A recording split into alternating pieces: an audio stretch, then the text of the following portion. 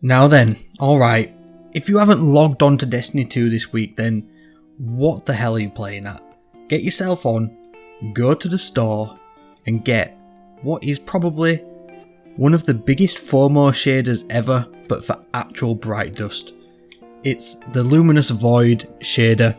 Now, this cost £10, maybe more, I'm not sure on the exchange rate, but this was a silver only purchase, pretty much similar to what the Divine Devastation bundle is, and now you can pick it up for 300 bright dust. So if you haven't got it, go and get it. This is what it looks like. It's pretty sick, to be honest. The gold, the purple, it's pretty sweet. It is pretty sweet. And if you paid £10, $10, 10 rubles, 10 whatever, then unfortunately now everyone else has caught up to you. So there you go. Save yourself some money. Now I also don't know when they added in this some surfaces and textures move or change over time little text thing on shaders, but that's pretty neat, to be honest. And there's not much else going on in the store before we get into the build, but Shiro's watch ornament on the Trespasser exotic sidearm is a pretty sweet sidearm, to be honest, and the ornament is pretty sick. But let's get into the build, man. The build, this is why we're here. I just wanted to share that shader because obviously I've chucked it onto my Warlock, and it's one of the best things in the game at the minute that you probably should be picking up. And if you're watching this video too late, then never mind. Hey, there's always other gold shaders and purple shaders that you can pick up, but it is pretty sick. And I obviously chucked it straight onto my Briar's Contempt, the linear fusion rifle that I was going on about in my last video. I ended up managing to craft it by farming Spoils of Conquest, using my deep sight harmonizers, and because I use it quite a lot in the dungeon, the role that I've gone for is Envious Assassin, which is going to overflow the magazine by way over 150%, up to 300% if you were listening and paying attention on that last video. It's one of the best perks in the game on a number of weapons, and it's no different here on this linear fusion rifle. And obviously surrounded, it's just god tier, especially on that final boss in the new Warlords Ruin dungeon. Over a 40% damage boost for literally just tanking a bit of damage, and this build is all about tanking a little bit of damage because we are in a Well of Radiance. It's pretty damn awesome.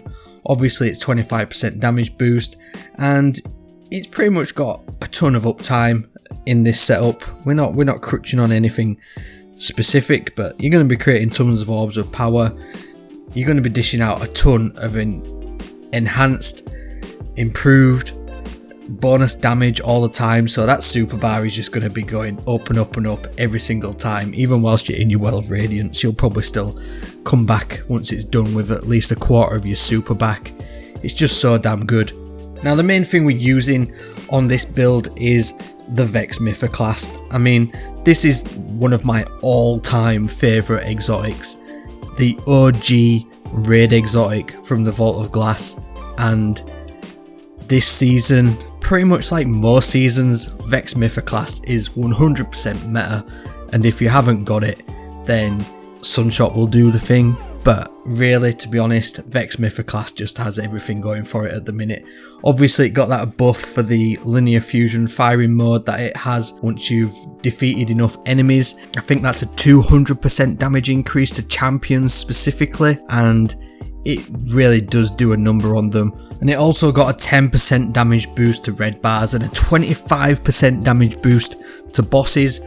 Vex Mythoclast is the answer pretty much this season. It's the full auto fusion rifle. It's solar, so it absolutely blends in with everything that you've got going on in the artifact. What have we got going on in the artifact, I hear you ask? Well, we've got kindling trigger, so anything that's radiant on your solar weapons is going to apply Scorch to that target, so that's just an added bonus to Vex Mythoclast.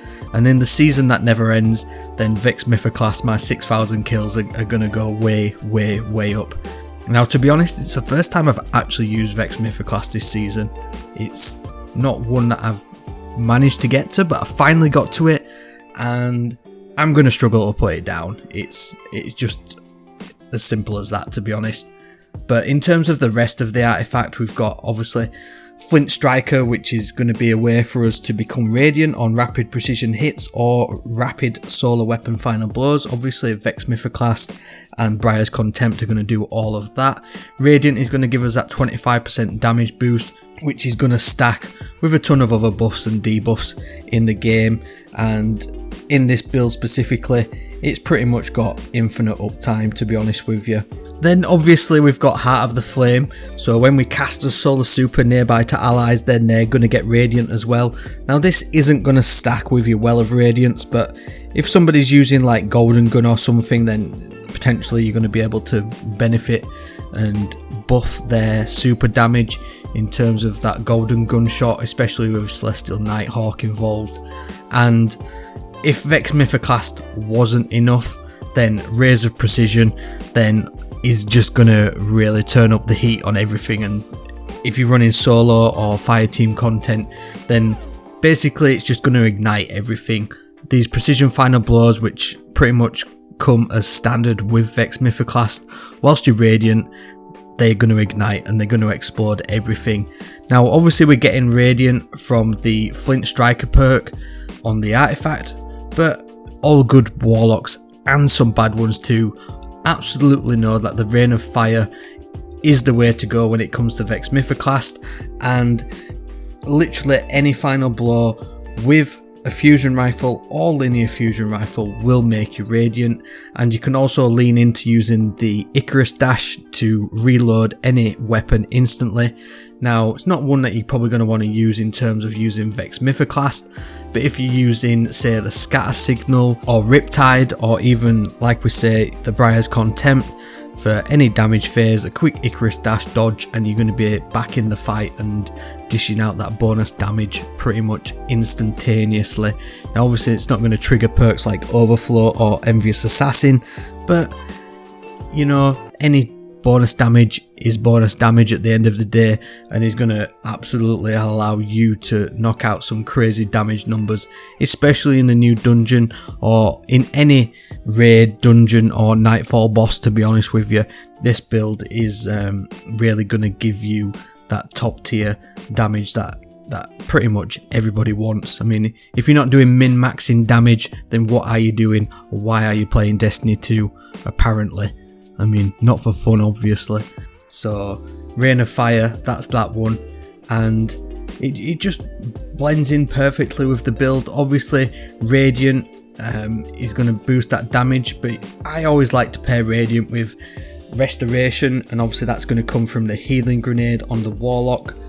With that Healing Grenade, you want to improve it to be a 2-time stack. Now you're going to need to use the Touch of Flame to make that happen on that aspect.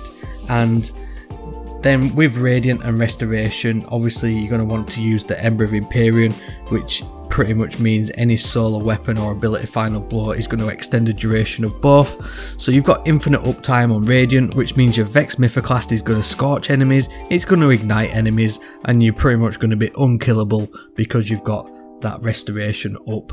Now obviously Vex Mythoclast, we're going to use that normal fire mode for pretty much every run-of-the-mill ad, but in terms of like mini bosses, champions, you want to switch to that linear fusion rifle mode, and it just gives you that extra bit of range, that a little bit of extra versatility when it comes to dealing with literally anything in the game right now.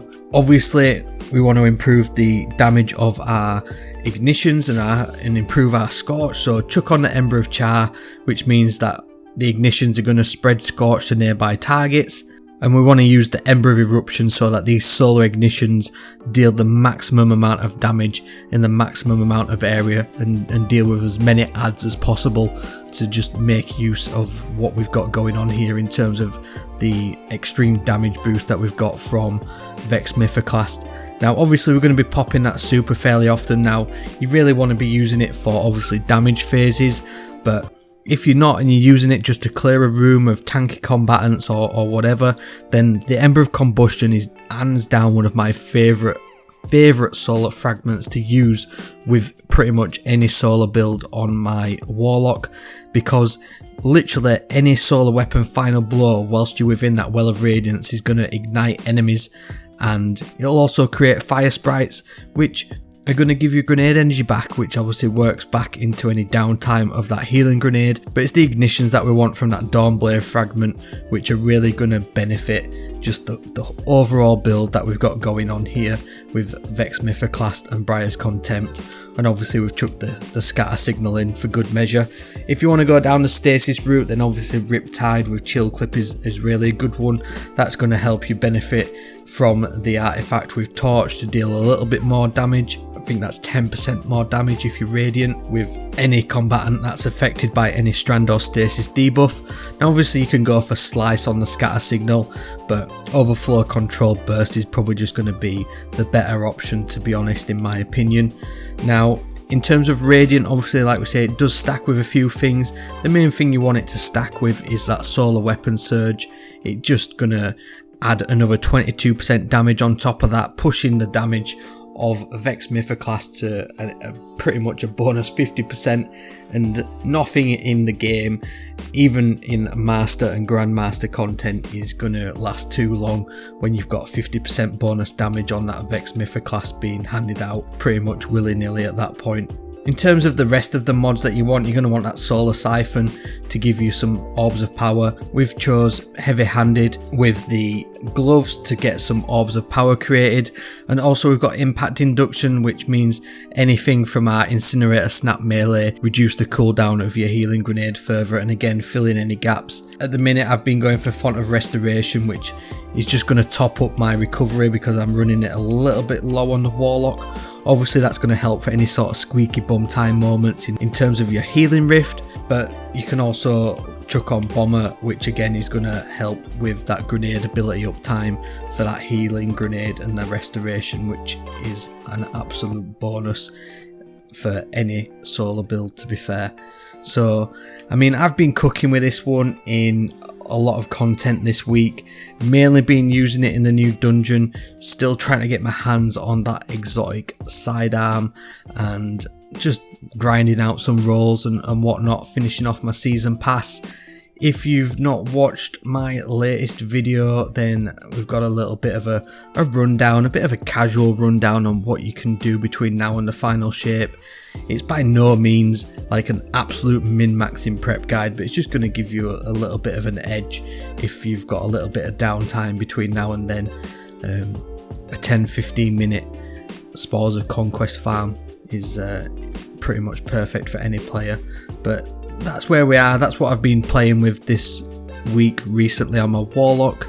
I'm going to try and chuck a few of these build videos out a little bit more often, to be honest with you.